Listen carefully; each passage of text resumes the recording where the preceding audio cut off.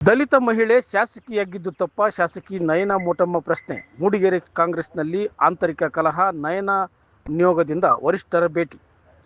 ಮಹಿಳೆಯಾಗಿ ದಲಿತ ಶಾಸಕಿಯಾಗಿ ಆಯ್ಕೆಯಾಗಿರುವುದು ತಪ್ಪು ಎನ್ನುವಂತೆ ಕೆಲ ಸ್ವಪಕ್ಷದ ಸ್ವಪಕ್ಷೀಯ ಮುಖಂಡರು ನನ್ನ ವಿರುದ್ಧ ಇಲ್ಲಸಲ್ಲದ ಹೇಳಿಕೆಗಳನ್ನು, ಆರೋಪಗಳನ್ನು ಮಾಡುತ್ತಿದ್ದಾರೆ. ಇದನ್ನು ವರಿಷ್ಠರ ಗಮನಕ್ಕೆ ತರಲಾಗಿದೆ ಎಂದು ಚಿಕ್ಕಮಗಳೂರು ಜಿಲ್ಲೆಯ ಮೂಡಿಗೆರೆ ವಿಧಾನಸಭಾ ಕ್ಷೇತ್ರದ ಶಾಸಕಿ ನಯನಾ ಮೋಟಮ್ಮ ಸ್ಪಷ್ಟಪಡಿಸಿದರು. ಶುಕ್ರವಾರ ಮೂಡಿಗೆರೆ ವಿಧಾನಸಭಾ ಕ್ಷೇತ್ರದ ಕಾರ್ಯಕರ್ತರು ಮತ್ತು ಮುಖಂಡರೊಂದಿಗೆ ಕೆಪಿಸಿಸಿ ಅಧ್ಯಕ್ಷ ಬಿಕೆ ಹರಿಪ್ರಸಾದ್ ಮತ್ತು ಮುಖ್ಯಮಂತ್ರಿ ಡಿಕೆ ಶಿವಕುಮಾರ್ ಅವರನ್ನು ಭೇಟಿ ಮಾಡಿದ ಬಳಿಕ ಮಾಧ್ಯಮಗಳೊಂದಿಗೆ ಮಾತನಾಡಿದ ಅವರು, ಈ ಹಿಂದೆಯಿಂದಲೂ ನನ್ನ ವಿರುದ್ಧ ಸ್ವಪಕ್ಷೀಯ ಮುಖಂಡರು ಕುತಂತ್ರ ನಡೆಸುತ್ತಿದ್ದು, ಕೆಲ ಬಾರಿ ವರಿಷ್ಠರಿಗೆ ದೂರನ್ನೂ ಸಹ ನೀಡಿದ್ದಾರೆ. 2018ರ ಚುನಾವಣೆ ಮತ್ತು ಅದರ ಹಿಂದಿನ ಹಲವು ಚುನಾವಣೆಗಳನ್ನು ಕಾಂಗ್ರೆಸ್ ಪಕ್ಷದ ಪ್ರಭಾವ ಕಡಿಮೆಯಾಗಿತ್ತು. ಆದರೆ ನಾನು ನಿರಂತರ ಹೋರಾಟ ನಡೆಸಿ ಬೂತ್ ಮಟ್ಟದ ಕಾರ್ಯಕರ್ತರನ್ನು ವಿಶ್ವಾಸಕ್ಕೆ ತೆಗೆದುಕೊಂಡು ಜಯ ಬಾರಿಸುವಂತೆ ಮಾಡಿದ್ದೀನಿ ಎಂದರು. ಯಾರೋ ಒಬ್ಬ ಬ್ಲಾಕ್ ಕಾಂಗ್ರೆಸ್ ಅಧ್ಯಕ್ಷನನ್ನು ಹೊರತುಪಡಿಸಿದರೆ ಬೇರೆಲ್ಲ ಬ್ಲಾಕ್ ಅಧ್ಯಕ್ಷರುಗಳು ನನ್ನ ಜೊತೆ ಇದ್ದಾರೆ. ನಮ್ಮ ಕಾರ್ಯಕರ್ತರು ಹಾಗೂ ಬೆಂಬಲಿಗರು RSS ಮತ್ತು ಬಜರಂಗ ದಳ ಜೊತೆಗೆ ಗುರುಸಿಕೊಂಡಿದ್ದಾರೆ ಎಂದು ಆರೋಪಿಸಿದ್ದಾರೆ. ಸುಮಾರು 30 ವರ್ಷದಿಂದ ಪಕ್ಷವನ್ನು ಅಧಿಕಾರಕ್ಕೆ ತರಲು ಏಕೆ ಸಾಧ್ಯವಾಗಲಿಲ್ಲ ಎಂದು ಪ್ರಶ್ನಿಸಿದ ಅವರು, ನನ್ನ ವಿರುದ್ಧ ಷಡ್ಯಂತ್ರ ನಡೆಸುತ್ತಿರುವ ಕುತಂತ್ರಿಗಳನ್ನು ಜೊತೆಯಲ್ಲೇ ಇಟ್ಟುಕೊಂಡು ಹೇಗೆ ಕೆಲಸ ಮಾಡಲು ಸಾಧ್ಯ? ಈ ಎಲ್ಲ ವಿಚಾರಗಳನ್ನು ವರಿಷ್ಠರ ಗಮನಕ್ಕೆ ತಂದಿದ್ದೇನೆ ಎಂದು ಸ್ಪಷ್ಟಪಡಿಸಿದರು. ಯಾರು ಪಕ್ಷದ ಹಿತದೃಷ್ಟಿಯಿಂದ ಪಕ್ಷದ ಅಭ್ಯರ್ಥಿಗೆ ಯಾರು ಕೆಲಸ ಮಾಡಿದವರು ಅಂತ ಬೇಕಾಗುತ್ತೆ.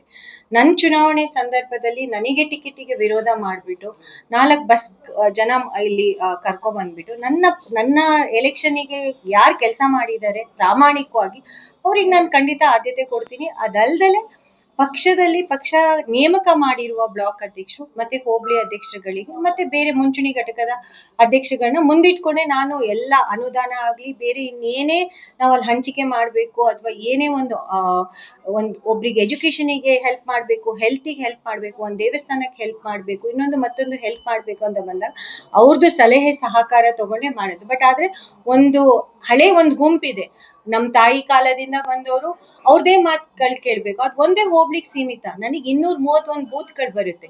231 ಬೂತ್ಗಳು, ಅದರಲ್ಲಿ ನನಗೆ 3 ಬ್ಲಾಕ್ ಅಲ್ಲಿ 89 ಇನ್ನೊಂದು 56 ಬೂತ್ಸ್ ಬರ್ತದೆ.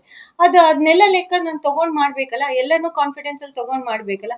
ಇವ್ರು ಯಾರೋ ಒಬ್ರು 10 ಜನಕ್ಕೆ ನಾವು ಮಾತುಗಳು ಎಸ್ ಒಬ್ರು ಅವರಲ್ಲ, ಒಬ್ರು ಬ್ಲಾಕ್ ಅಧ್ಯಕ್ಷರು ಸುರೇಂದ್ರ ಗೌಡ್ರು ಅಂತ ಒಬ್ರು ಮಾತ್ರ ಇದ್ರು.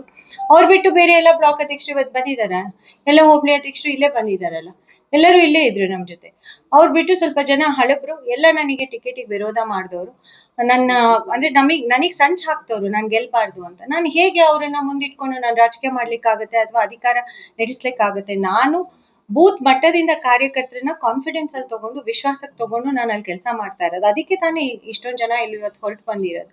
ಆತರ ಏನು ನಡೀತಾ ಇಲ್ಲ ಅಂತ, ಅನುದಾನ ಹಂಚಿಕೆ ಇಲ್ಲ ಅಂತೆ, ನಾನ್ ಕ್ಷೇತ್ರದಲ್ಲಿ ಇಲ್ಲ ಅಂತೆ, ನಾನ್ ಜನರನ್ನ ಕಡೆಗಣಿಸ್ತಾ ಇದ್ದೀನಂತೆ, ನಾನು RSS ಬಜರಂಗ್ ದಳದವ್ರ ಜೊತೆ ನಮ್ಮ ಕಾರ್ಯಕರ್ತರೆಲ್ಲ ಹಾಗಾದ್ರೆ ಎಲ್ಲರೂ RSS ಬಜರಂಗ್ ದಳದವರ, ಎಲ್ಲರೂ ಇವ್ರು ಮಾತ್ರ 25-30 ವರ್ಷದಿಂದ ಮಾತ್ರ ಪಕ್ಷಕ್ಕೆ ದುಡ್ದವ್ರ? ಹಾಗಾದ್ರೆ ಇವ್ರೆ 25-30 ವರ್ಷ ಅವರೇ ಪಕ್ಷಕ್ಕೆ ದುಡ್ದಿದ್ರೆ ಹಾಗಾದ್ರೆ 20 ವರ್ಷದಿಂದ ಪಕ್ಷ ಯಾಕೆ ಬಂದಿರ್ಲಿಲ್ಲ ಅಧಿಕಾರಕ್ಕೆ?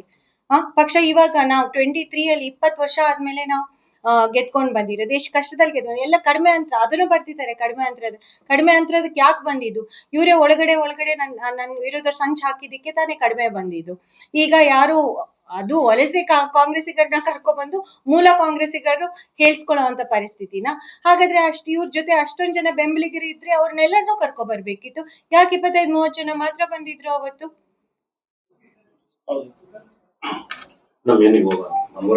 ಇಲ್ಲ, ವರಿಷ್ಠರಿಗೆ ಆಕ್ಚುಲಿ ಇದು ಮೊದ್ಲಿಂದನೂ ತಿಳಿದಿತ್ತು.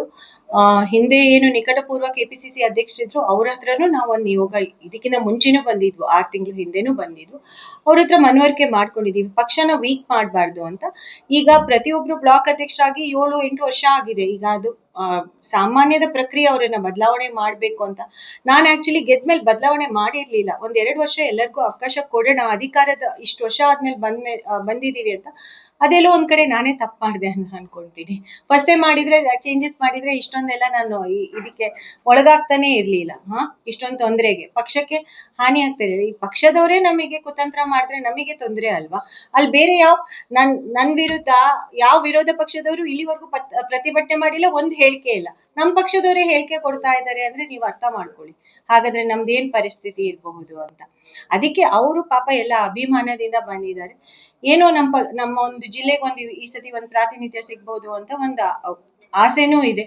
ಅದ್ರಲ್ಲಿ ಅದು ಖಂಡಿತ ನಾನು ಹೇಳಿದ್ನಲ್ಲ, ಮಹಿಳೆ ದಲಿತೆ ಅಂತ ಒಂದು ನನಗೆ ವಿರೋಧ, ಮಹಿಳೆ ಅಂತ ಇನ್ನೊಂದು ನನಗೆ ಅದು ಪರನೂ ಇದೆ ಅಲ್ವಾ. ಬಟ್ ಆದ್ರೆ ವರಿಷ್ಠರು ಏನ್ ಡಿಸೈಡ್ ಮಾಡ್ತಾರೆ ಅಂತ ಹೇಳಲಿಕ್ಕೆ ಬರೋದಿಲ್ಲ. ಪಾಪ ಅವ್ರು ಯಾರು ಆತರ ನಾನು ಹೇಳಿದೆ, ಯಾವುದೇ ಮಂತ್ರಿ ಆಕಾಂಕ್ಷಿ ಅಥವಾ ಮಂತ್ರಿ ಪದವಿಗಂತ ನೀವ್ ಯಾರು ಇಲ್ಲಿ ಬರ್ಬೇಡಿ. ನಾವು ಪಕ್ಷನ ಬಲಪಡಿಸ್ಬೇಕು, ಸಂಘಟನೆನ ಚೆನ್ನಾಗಿ ಮಾಡ್ಬೇಕು. ಯಾಕಂದ್ರೆ ನಮ್ಗೆ 2 ವರ್ಷ ಇರೋದು ಈಗ ಎಲೆಕ್ಷನ್ಗೋಸ್ಕರ. ಸೊ ಅವರೆಲ್ಲ ಆ ಹಿತದೃಷ್ಟಿಯಿಂದ, ಯಾಕಂದ್ರೆ ಅವ್ರು ನೋಡಿದ್ದಾರೆ ಗ್ರೌಂಡ್ ಲೆವೆಲ್ ಅಲ್ಲಿ ಎಷ್ಟು ಎಲ್ಲರೂ ಕಷ್ಟಪಟ್ಟಿದ್ದಾರೆ ಅಂತ. ಅದಕ್ಕೋಸ್ಕರ ಅವರು ಅದನ್ನ ಕೈ ಚೆಲ್ಬಾರ್ದು ಅಂತ ಇಲ್ಲಿಗೆ ಬಂದಿದ್ದಾರೆ. Thank you. ಕಾಫಿ ಕುಡೀರಿ.